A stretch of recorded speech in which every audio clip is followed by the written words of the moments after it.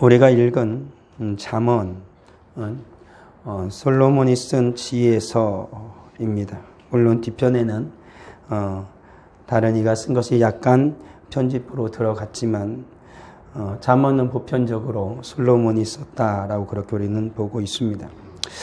솔로몬이 특별히 말을 많이 하고 있는 것 중에 하나는 뭐냐면 지혜와 관련된 것입니다.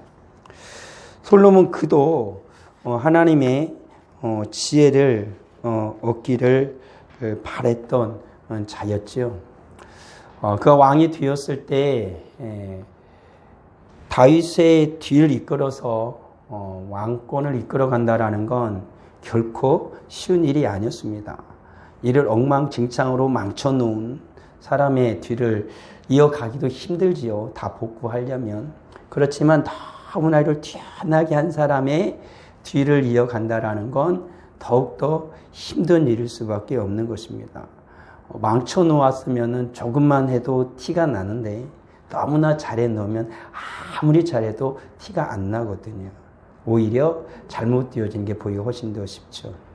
그 다윗은 이스라엘 백성들이 그토록 원하던 나라를 만들었고 절대 하나 될 것 같지 않았던 이스라엘의 마음을 하나로 만든 게 바로 다윗이었습니다. 그런 다윗이었죠. 그래서 이스라엘 백성들이 지금도 원하는 것은 다시 오실 다윗 메시아를 원하는 것이죠. 그 다윗의 나라를 다시 이룩하고 건국하기를 원하는 게 그들의 소망입니다. 그만큼 다윗은 이스라엘 역사상 잊혀지지 않을 위대한 왕이죠. 그런 것입니다. 그 뒤를 솔로몬이 이었어요. 그 다윗의 그 자리를 빼앗기 위해서 수많은 형들이 칼부림을 했습니다. 그 자리에 얻겠다고. 근데 반드시 살아남아서 생존한 게 솔로몬이거든요. 그래서 솔로몬이 왕이 됐어요. 왕이 된 것도 우여곡절 끝에 왕이 된 거예요. 모든 사람들이 다윗의 뒤는 솔로몬이다 한 게 아니에요. 막 저쪽에서 반란 세력이 일어나니까 그것을 무마하기 위해서 솔로몬을 급히 왕으로 세웠고 다윗이 솔로몬이 내 뒤를 잇는다라고 말을 해버려 가지고 그게 그래서 성사가 된 거거든요. 그래서 솔로몬이 왕이 된 거예요. 그 솔로몬이 왕이 되고 나니까 정말로 엄두가 안 나는 거예요. 아버지가 이루었던 이 왕국을 자기 힘으로는 절대 못 이끌어가요. 왜 그러냐면 솔로몬과 다윗은 태생이 달라요. 다윗은 인생이 겪어야 할 모든 우여곡절을 다 겪어봤어요. 아주 땅 끝에도 지옥 끝까지 내려가 본 경험이 있는 사람이고 정말 하나님의 영광 가운데 하늘 끝까지도 올라가 본 경험이 있을 만큼 그게 바로 다윗이에요. 근데 솔로몬은 아버지 밑에서 이런 어려움이 있었지만은 왕궁에서 자란 사람이에요. 왕실에서. 아버지의 손에 길러가고 길러서 마지막까지 생존한 걸 보면 알잖아요. 마지막에 생존한 걸 보면. 그렇게 하나님의 도우심 그리고 아버지의 도움을 있으면서 왕궁에서만 자란 거예요. 그러니까는 어려움이란 걸 어쩌면 솔로몬은 많이 모르죠. 그러니까 오늘날 살아간 우리들도 그렇죠. 물론 온실 속에 자라난 화초가 좋으냐 아니면은 야생화가 좋으냐 그건 사람마다 달라요. 다르죠. 그렇지만 당장에 실내에서 자라고 핀 꽃은 밖에 내놓으면 금세 시들어요. 견뎌내기 힘들죠. 그냥 밖에서 견뎌낸 그런 꽃이나 나무들은 안에 들여놓으면 계속 안에서 살지 못합니다. 그렇지만 상당히 오랫동안 버티죠. 버티고 견뎌내고 어떤 것들은 안에서 적응을 해요. 그래가지고 안에서 살아남기도 해요. 그게 좀 다른 거죠. 근데 다윗은 모든 걸 다 겪어서 견뎌낼 수가 있어요. 근데 솔로몬은 다윗과 같은 삶을 솔로몬이 다시 살아야 된다? 못 살아요. 솔로몬은 못 살아요.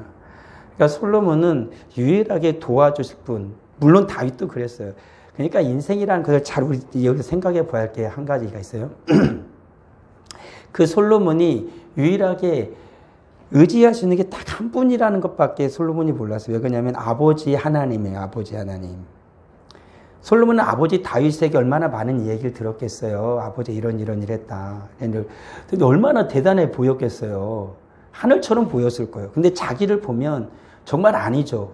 근데 자기가 나라를 덜컥 맡았네. 그렇게 유수한 형들이 있었어요. 정말 뛰어난 형들이 얼마나 많았다고요. 솔로몬은 자기 차가 올 거라고 생각도 안 했을 거예요. 왜 그러냐면 형들이 그렇게 많은데 언제 자기 차지가 와요. 근데 형들이 다 꼬꾸라지고 나더니 자기 차를 덜컥 온 거예요. 그러니까는 솔로몬이 하나님께 늘 구하는 길밖에 없다라고 그는 아는 겁니다. 더군다나 아버지 다윗이 솔로몬에게 또 뭐 또 맡겼어요?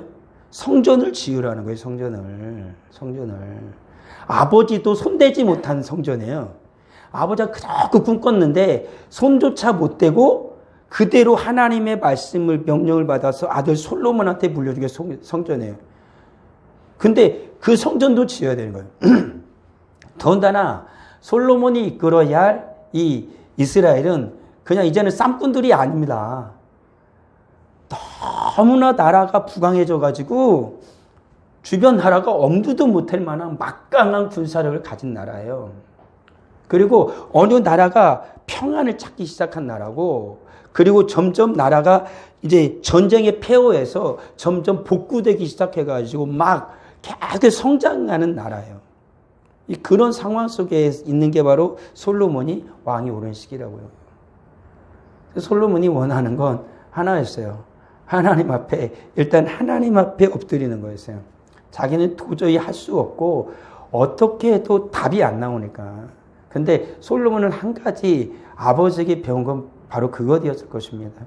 형들은 자기 힘으로 어떻게든 왕권을 차지하려고 하다가 다 꼬꾸라졌지만 아버지는 그때마다 하나님을 의지하고 날마다 그는 죽이면은 죽여라. 그러면 왕국을 2번이나 그냥 나갔던, 뭐 주저하지 않고 마지막 순간에도 자기의 과오로 말미암아서 모든 이스라엘 민족이 연병에 걸려서 죽음의 그림자가 드리울 때 하나님 앞에 그 인생을 맡겼던 자, 그 왕의 순간에도 솔로몬은 그걸 봤기 때문에 그 하나님, 아버지가 늘 의지하던 그 하나님 앞에 솔로몬도 모든 걸 건 거죠.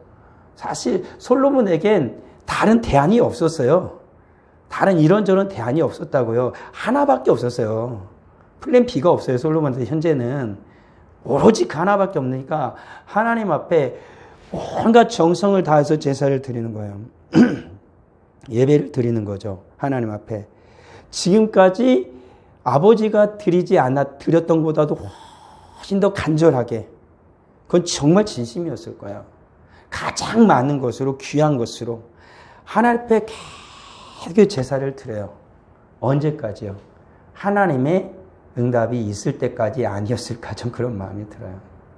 그렇게 제사를 하나님 앞에 온 마음을 정성을 다하고 하나님께 제사를 드렸지요. 그리고 나서 하나님께서 솔로몬에게 나타나게 되어지는 것이죠. 좀 왕상을 한번 볼까요? 열왕기상 3장을 한번 보죠. 열왕기상 3장.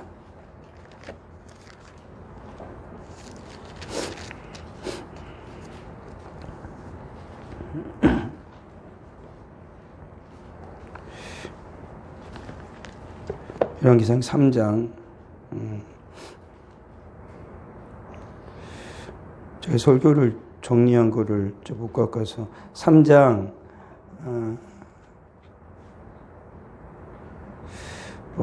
7절 이렇게 볼까요? 3장 7절.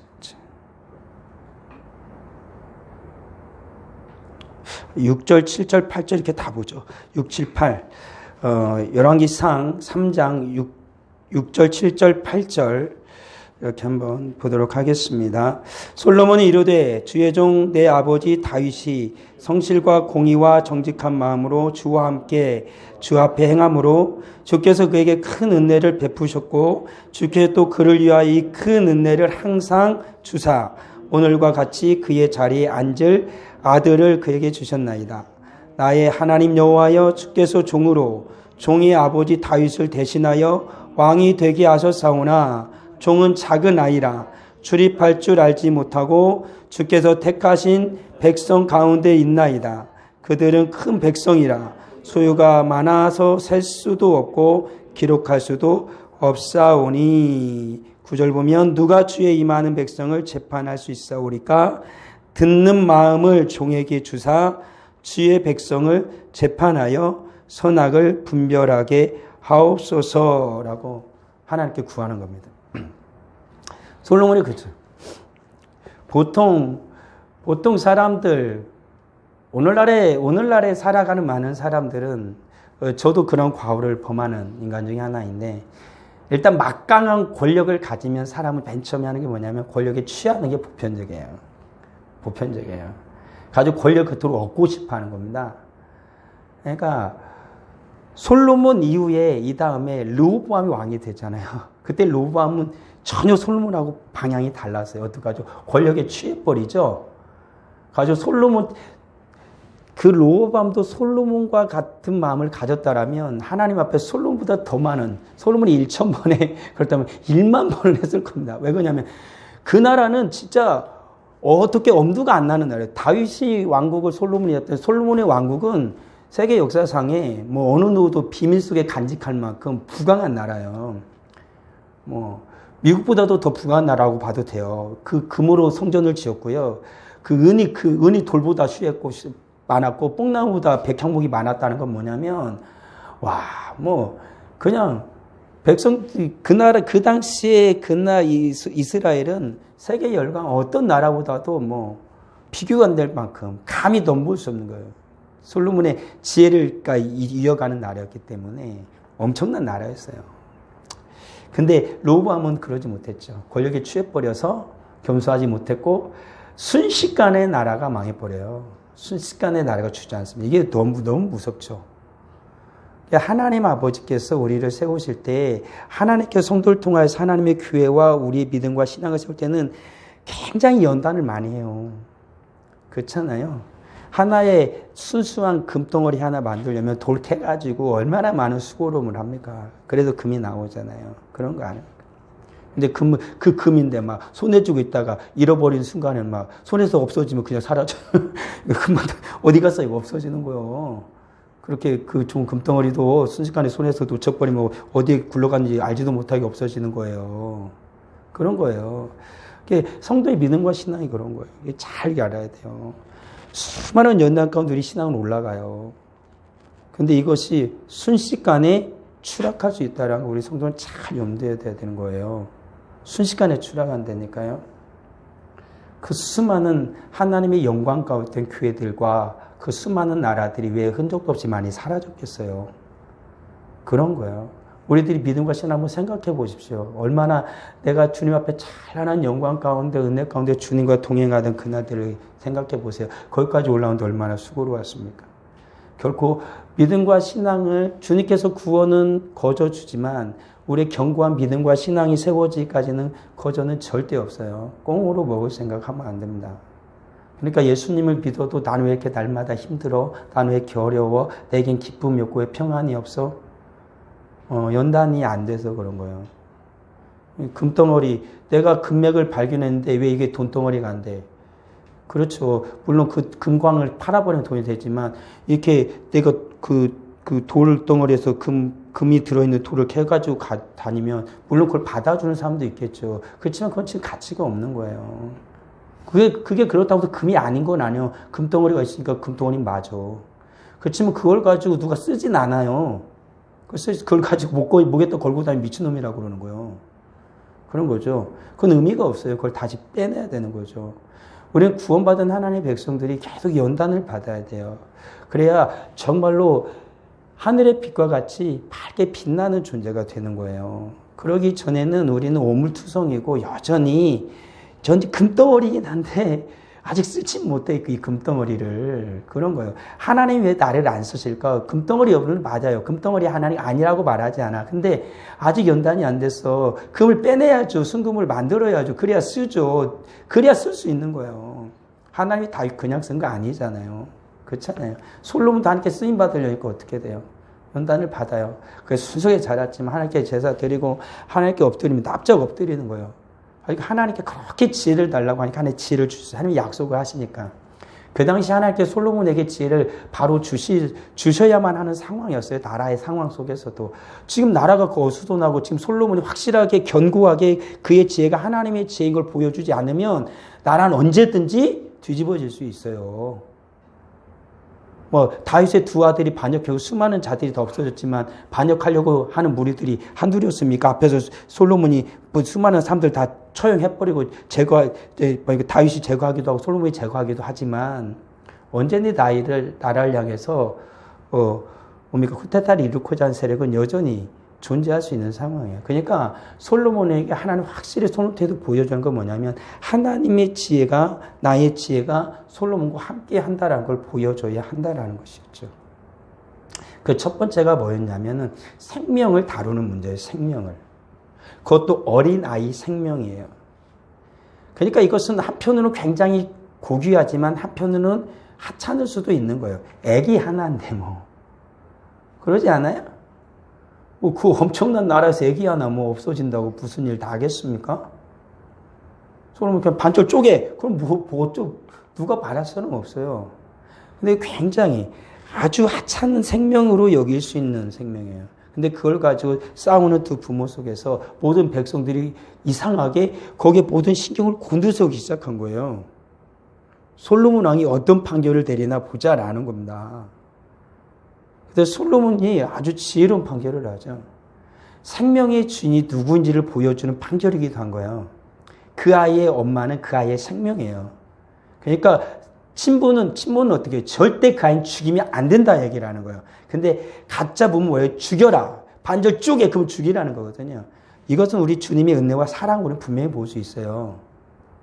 하나님은 우리 아버지는 우리를 절대 안 죽여요. 어떻게든 살린다고요. 그러니까 어떻게까지 살려요, 우리를? 당신이 아들을 보냈으면 같이 살려요. 그게 하나님의 지혜죠. 악한 자 사탄은 어떻게 해요? 그냥 짜게 죽여. 네 것도 말고 내 것도 되지 바닥에 그냥 반절 쪼개라는 애가 어차피 뭐 내 거 아닌데 이런 식이래. 그러니까 하나님의 지혜를 가진 자는 살리는 거예요. 어떻게든 살리는 거예요. 그렇지만 세상과 악한 자 사탄은 늘 어떻게 하는 거예요? 내 것이 못 될 바엔 네 것도 못 돼. 어차피 없애. 이런 거예요. 그러니까 오늘을 살아가는 많은 인생들이 하나님의 지혜를 가진 자는 살려요. 근데 세상에 속한 자와 악한 자 사탄이 붙들고 있는 자는 네 것도 아니면 내 것도 안 되다. 이걸 없애는 거죠. 다 죽이려는 거죠. 이게 어리석은 거죠. 근데 오늘날의 세상은 어떻게 합니까? 살리려고는 안 해요. 살려고 안 하죠. 계속해서 없애려고 하죠. 죽이려고. 그런 거죠. 그게 오늘날의 세상인 거지요. 하나님이 지혜는 솔로몬을 통하여서 어떻게 살려주는 지혜를 하나님께서는 솔로몬에게 주신 거예요. 그러니까 그 솔로몬은 계속해서 어때요? 나라를 계속해서 부강하게 만드는 겁니다. 가장 강력한 나라를 가장 부강한 나라로 솔로몬이 만들어버려요. 그렇죠. 그러는 가운데 솔로몬의 어리석음도 분명히 나타나는 건 사실입니다. 하나님이 지혜를 계속 붙들 수 있는 길은 한 가지 방법밖에 없어요. 계속 하나님이 주신 지혜였기 때문에 하나님을 붙드는 길밖에는 없었죠. 근데 솔로몬은 어떻게 합니까? 세상에 수많은 사람들과 대화를 하고 그들과 지혜를 교류를 하면서 솔로몬의 그 지혜 속에 세상의 지혜가 계속 들어오기 시작하는 겁니다. 이 오늘을 살아가는 성도들도 그걸 잘 유념해야 되는 거예요. 솔로몬이 물론 하나님이 주시는 그 모든 지혜, 그리고 세상에서 가지고 있는 세상을 연구할 만한 지혜, 솔로몬이 분명 그걸 얘기하거든요. 그렇지만 하나님의 지혜로 그 모든 것을 판단해야 되는 거예요. 선악을 분별할 수 있는 이 말이 분명히 얘기 나오거든요. 선악을 분별할 수 있는 하나님이 지혜를 주시는 거예요. 그러니까 솔로몬이 이 세상의 수많은 지혜를 취할 때에 그는 깨달았어야 할 한 가지가 있어요. 그건 뭐냐면 이것이 정말로 선악을 분별하는 가운데에 하나님 앞에서 이것이 나의 영혼과 우리의 믿음과 신앙을 해야 할 것인지 아니면은 이것이 해야지 않을 것인지 아니면 어느 정도 사용하는 데 그칠 것인지 이것이 우리의 삶 가운데 지배하는 것까지 미치게 할 것인지는 분명히 나눠야 하는 거예요. 그런 것이죠. 오늘을 살아가는 우리도 그런 것입니다. 우리가 이 세상의 지혜를 취하지 않을 수는 없어요. 취해야 되는 것이죠. 내가 하나님의 지혜를 가져니까 성경만 알면 되겠지. 수학도 필요 없어. 영어도 필요 없어. 그리고 애들이 그냥 공부하는 거 내려 팽개치고 발로 차고 막 하나님만 추구하며 살아가면 어떻게 되겠습니까? 그는 그렇게 살아가면 나는 훌륭한 목사가 될 거야. 목사도 못 돼요. 그렇게 하면은. 목사 되려면 우리도 공부해야지.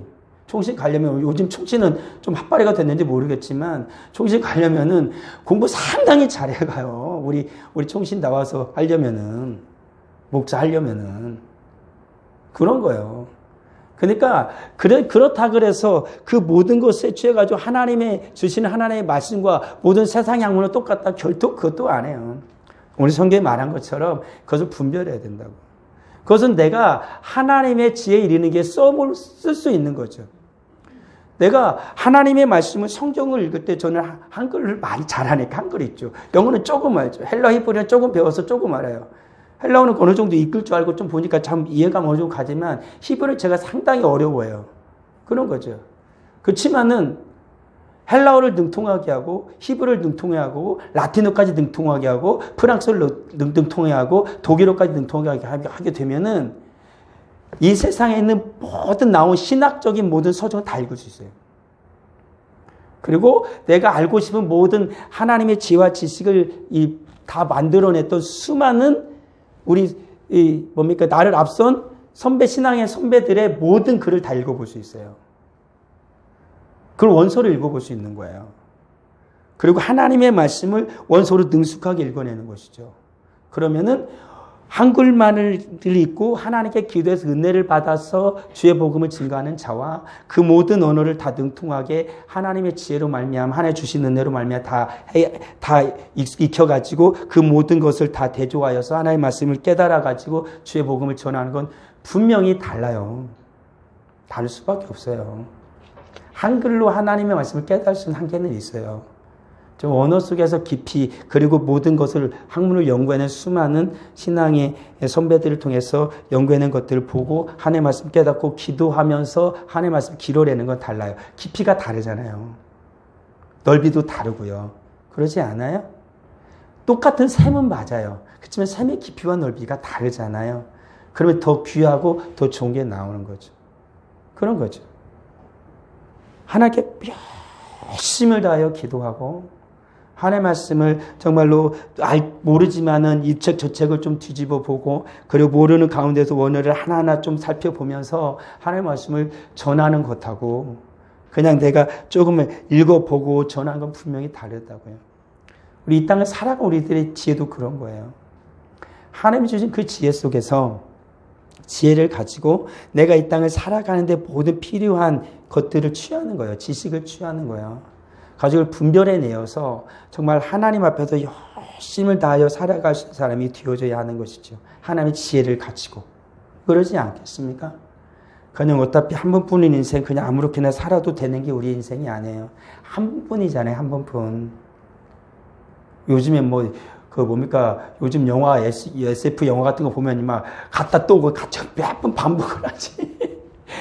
될 때까지 반복을 하지. 근데는 막 어떤 영화는 미래는 절대 안 바뀌어.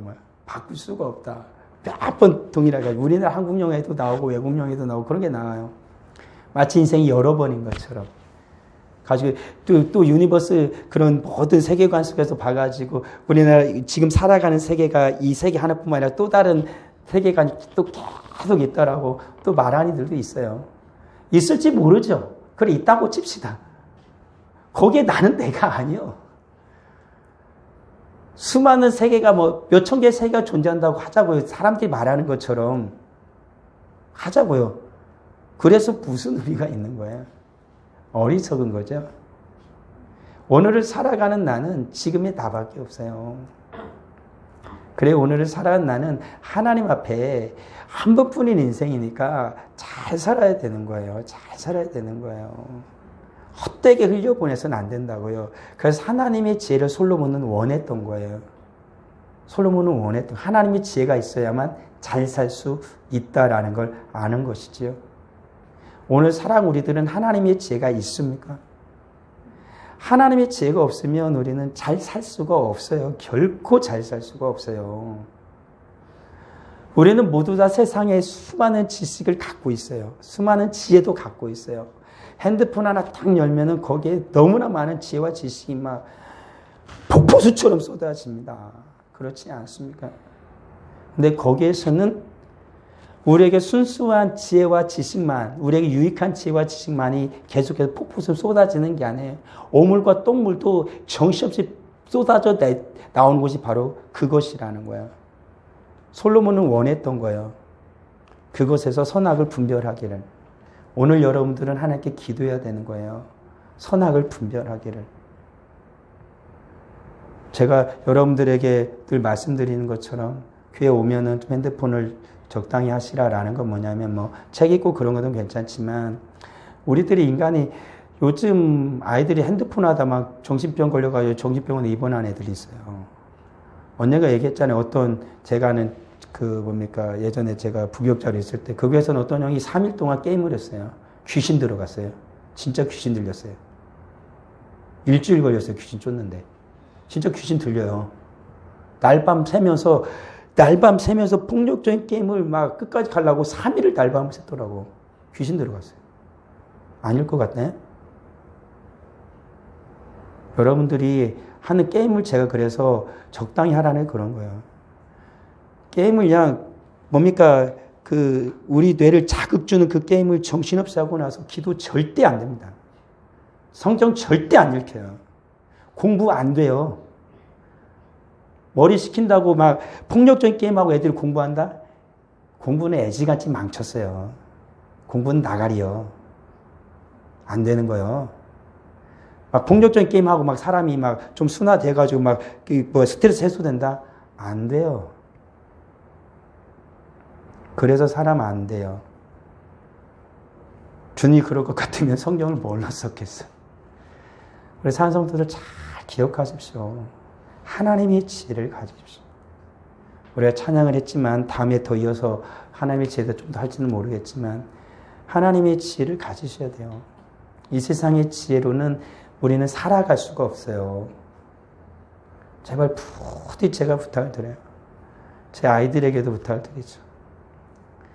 게임이 얼마나 좋은지 점점 게임에 빠져 들어가는 아들이 하나가 있고 세상 학문이 얼마나 좋은지 공부만 하는 아들이 있는데 전 둘 다 사실 별로 마음에 안 들어요.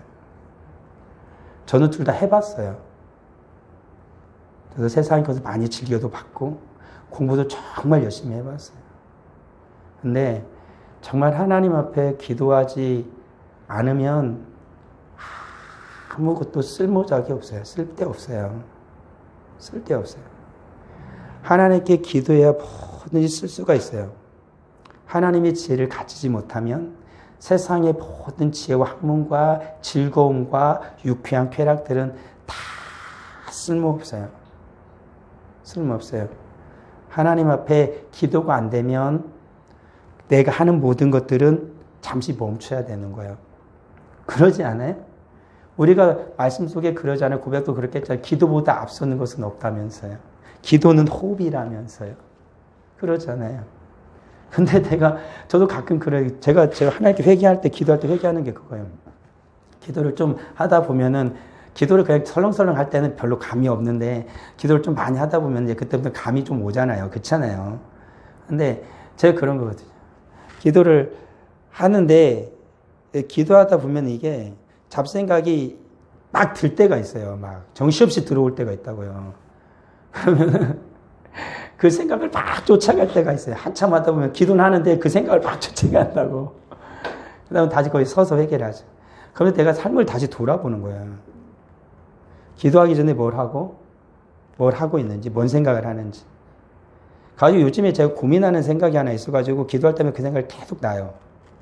그건 제가 해결해야 될 문제, 아니, 제 문제가 아니고 다른 부분을 제가 어떻게 그걸 잘 했으면 좋겠는데, 제가 할 만한 힘든데, 할 건 또 아니고, 무슨 커다란 문제는 또 아니에요.